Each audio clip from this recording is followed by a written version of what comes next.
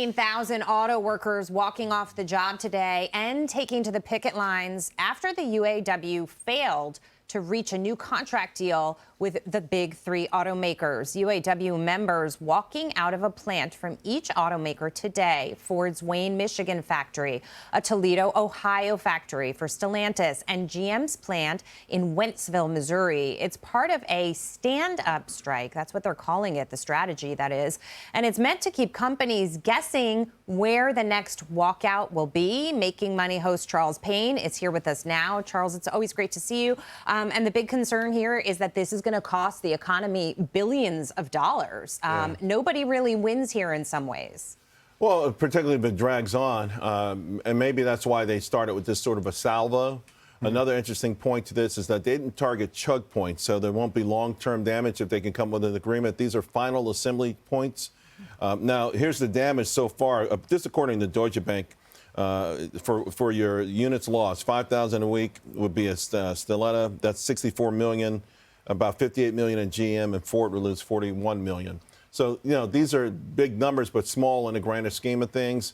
And it's an opening salvo, so to speak. You've got, with these strikes, you've got the short-term issues on the table, a new contract, new terms, and at some level, everybody understands why you want to get paid more in this inflationary environment. But then you've got the longer term, Charles. And I'm not talking like 5 or 10 years. I'm talking 20 years from now. How does this negotiation change the industry? And to me, that's the question that hasn't been on the table enough, because the UAW has thrown in with progressives when it comes to the green movement. And I just think at the end of the day, that's going to hurt these workers more than any short-term deal is going to help them. I mean, there's no doubt about it. And I think the members know that. I mean, sometimes I want to cleave off the membership from the leadership, right? Know, because it's going to be less workers to make these EVs. And then you have to worry ultimately about them when they just dump these Chinese versions of them. The EU is right now working on legislation I don't know how they're going to do it, but to slow down. Already Chinese EVs have taken 8% market share in Europe. You talk about NIO, Li, BYD, I forgot the one that Buffett put a lot of money into. China's licking their chops. Let American taxpayers build out all the charging stations and then flood our markets like they flooded so many. What industry wasn't China able to take over by flooding in a cheaper version of the product? That's a great point. Well, that was why the Inflation Reduction Act, that's why it was written the way it was, to make sure that any Chinese EV couldn't get the tax credit. But it was the unions who wanted the Democrats to insert that only a union-made electric vehicle could get that tax credit. And it didn't turn out that way. And so they're going to lose jobs. I said it earlier. They're lucky that these automakers aren't laying people off at this point. And they're asking, their initial offer on the table, Charles, was for $150 an hour labor cost. Right. That takes some stones. It takes some stones. But I've been looking at the data, and they have lost traction. It used to be back in the day that they were the highest paid workers, among manufacturing workers. But over the last few years, they really have lost some traction, particularly when you adjust for inflation. But what they're also looking at, you mentioned the Inflation Reduction Act. There's just all the billions of dollars that are being poured into this industry. And they're like, hey, we want a piece of the action. I'm not sure anyone's necessarily thinking long term per se, but they're saying right now, if you get 40 billion here, another 19 billion there.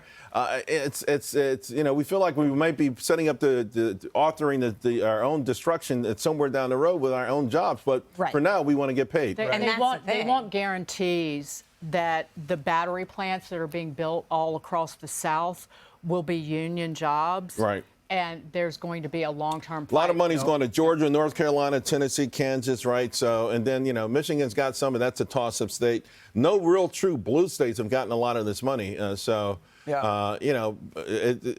listen, there's the political concerns, and then there's just the economic concerns. And I understand where they're coming from. I think they deserve a raise at this point. But I think the whole thing is the whole thing in terms of force-feeding this transition down our throats is really embarrassing. How do you think it makes our pro-union president look? It really makes him look, when he says I'm the most pro-union president, he's not. I mean, right now, he's gone into bed with the automakers so that they can push his agenda. And when I heard Mary Barr speaking earlier today, I just cringed. oh, when the union members understand what we're offering, oh my God, they understand. They're not dumb. Right. Give me a break. They'll gladly accept it. Come, please don't put away the cue cards. I know you're trying to appease the administration and the unions at the same time. It's not working. Charles, while I got you, go ahead. Biden is pro-union in this way. You have a tight job market and sky-high inflation. That gives a union leverage to go back to the table and say, pay me. Right. Well, yeah. That's exactly right. That's why you see all these strikes. And then the economists say that's where you get the wage price spiral. Yep. Higher wages, more inflation, higher wages. When does it stop? Yeah. This is my wage price spiral. There you go. All I know is back to the old cheerleading days. Yeah, the average price of a new car is $50,000 now, today, okay? And that ain't going down anytime soon. Charles, I got to talk about this. So you hosted a fundraiser for the Boys and Girls Club of Harlem last night. I truly loved being there. In fact, I'm standing there listening to your son. That's your son describing his endeavors in the artistic world. It was so fascinating. Love learning about the organization, your personal connection to it. It was really a great evening. Talk about your involvement there and what it means, Charles. You know, you guys messed me up showing me my son there. Thank you for introducing him, by the way. It was so wonderful. I knew him when he was like this big. Teeny tiny. Yeah, so it's just because when I was a young kid and we moved there to that neighborhood, it was so bad, it was so rough, you know what I mean? The crime, the violence, the poverty, the hopelessness. There was energy, but there was hopelessness, you know. And our first building we lived in, you know, the door wasn't locked. There was always junkies or winos or whatever. I've witnessed murders, you know, and this was an oasis. This was a place to go to, and we played on the football team. So, you know, we had a place to go to. We had practice to go to. Fridays we go to the skull session and talk. And, you know, and also it was like my first chance to see men volunteer their time to help others. I had never really, I grew up on Army bases, so, you know, we really didn't have a need for something like this. And so to see these grown adult men come in and take parts of their busy lives to help us was my first thing in learning, okay, you want to also do the same. And I got out of the Air Force, I coached the team for 2 years. And then I got too busy trying to build a business in the stock market. But it's just been an honor. And so now I'm on a board, and I've got some pretty big ambitions and big goals for it. Wow. Good for you. Thanks a lot. Thank you. Amazing. And thank you. Had a great time. We really had a great time. Yeah, it was really fun. You know how fun it is to watch, How you Charles? feeling today? Yeah. Oh, beat. I'm on E. I need one of those. I'm looking for an electric vehicle jolt or something like that. Put him on a long-term charger. He needs a long-term charger. And I had like like we had all these folks, all these local, real quick, a lot of Harlem-based businesses. Yeah. That's another thing. I'm going to bring some of these people on the network.